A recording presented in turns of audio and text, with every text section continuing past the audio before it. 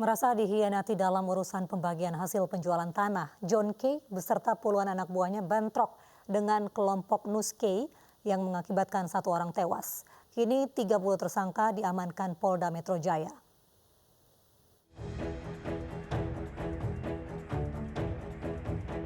Polda Metro Jaya menangkap 30 pelaku penembakan di perumahan Green Lake City Tangerang dan pembacokan di Duri Kosambi Cengkareng, Jakarta Barat. Akibat kejadian ini satu orang berinisial YDR alias ER meninggal dunia. Menurut polisi, dua kejadian ini merupakan satu rangkaian peristiwa yang diotaki John K. Peristiwa penganiayaan dan pembunuhan ini berawal saat John K dan Nus K tidak sepakat atas pembagian hasil penjualan tanah. John K dan anak buahnya dijerat pasal berlapis tentang perusakan, penganiayaan, dan pembunuhan berencana. Saat ini polisi masih memburu 3 pelaku lainnya yang masih melarikan diri.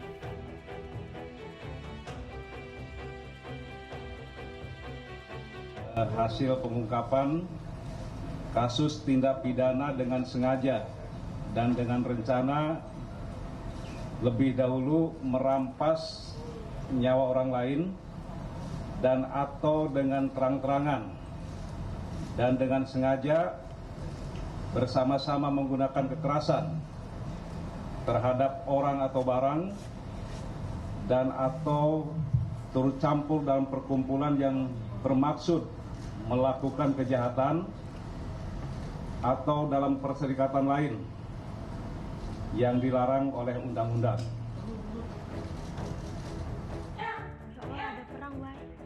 Ada perang tuh, bawa gola apa itu, ya Allah. Kaca mobil dipecahin, guys, ya Allah.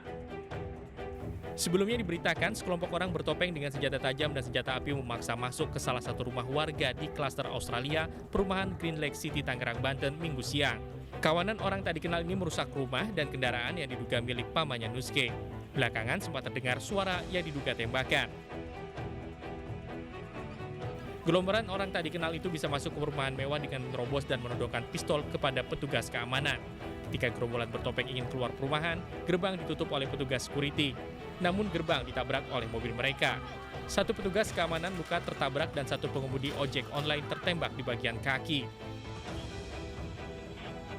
Sementara di kawasan Duri Kosambi, Cengkareng, Jakarta Barat, terjadi penganiayaan yang diduga masih terkait perselisihan dua kelompok. Justus Corwing Rahakbau, berusia 46 tahun, dianiaya sekelompok orang hingga tewas. Menurut saksi mata, pelaku penganiayaan berjumlah 5 orang. Tim Liputan iNews melaporkan.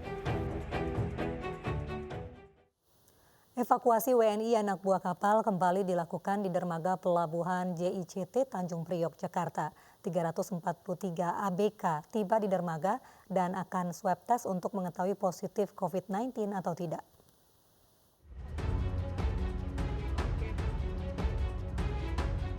Pemulangan warga Indonesia, anak buah kapal pesiar MV Veendam Belanda di dermaga 2 pelabuhan JICT Tanjung Priok, Jakarta Utara berlangsung Senin pagi. Terdapat 343 ABK yang akan dievakuasi di dermaga JICT ini. Para ABK dijemput menggunakan 2 skoci yang mengantar dari kapal menuju dermaga.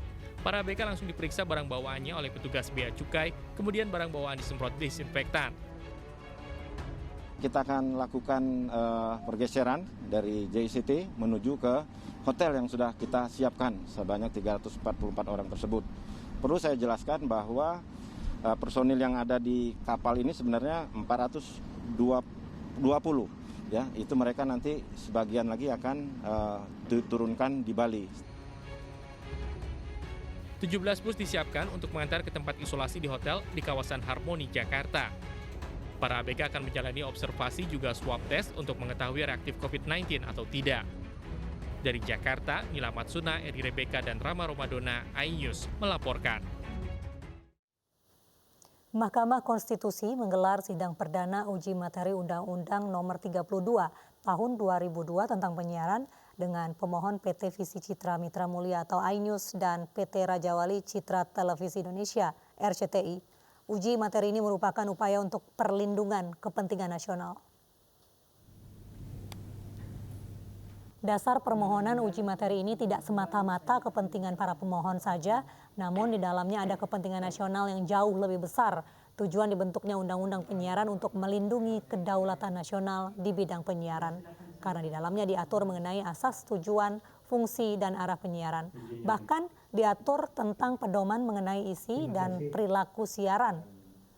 Berdasarkan alasan hukum dan konstitusional, Majelis Hakim Mahkamah Konstitusi dimohon untuk mengubah redaksional pasal 1 ayat 2 Undang-Undang Penyiaran karena menimbulkan multitafsir dengan apa yang disebut penyiaran.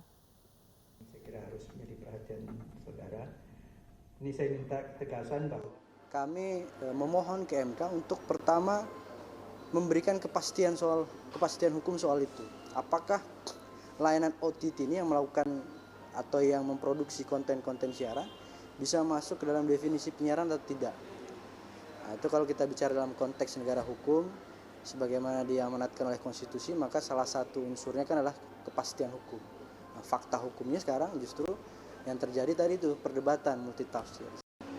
Kita ingin mengembalikan lagi kesetaraan penyiaran ini bagi seluruh penyelenggara penyiaran.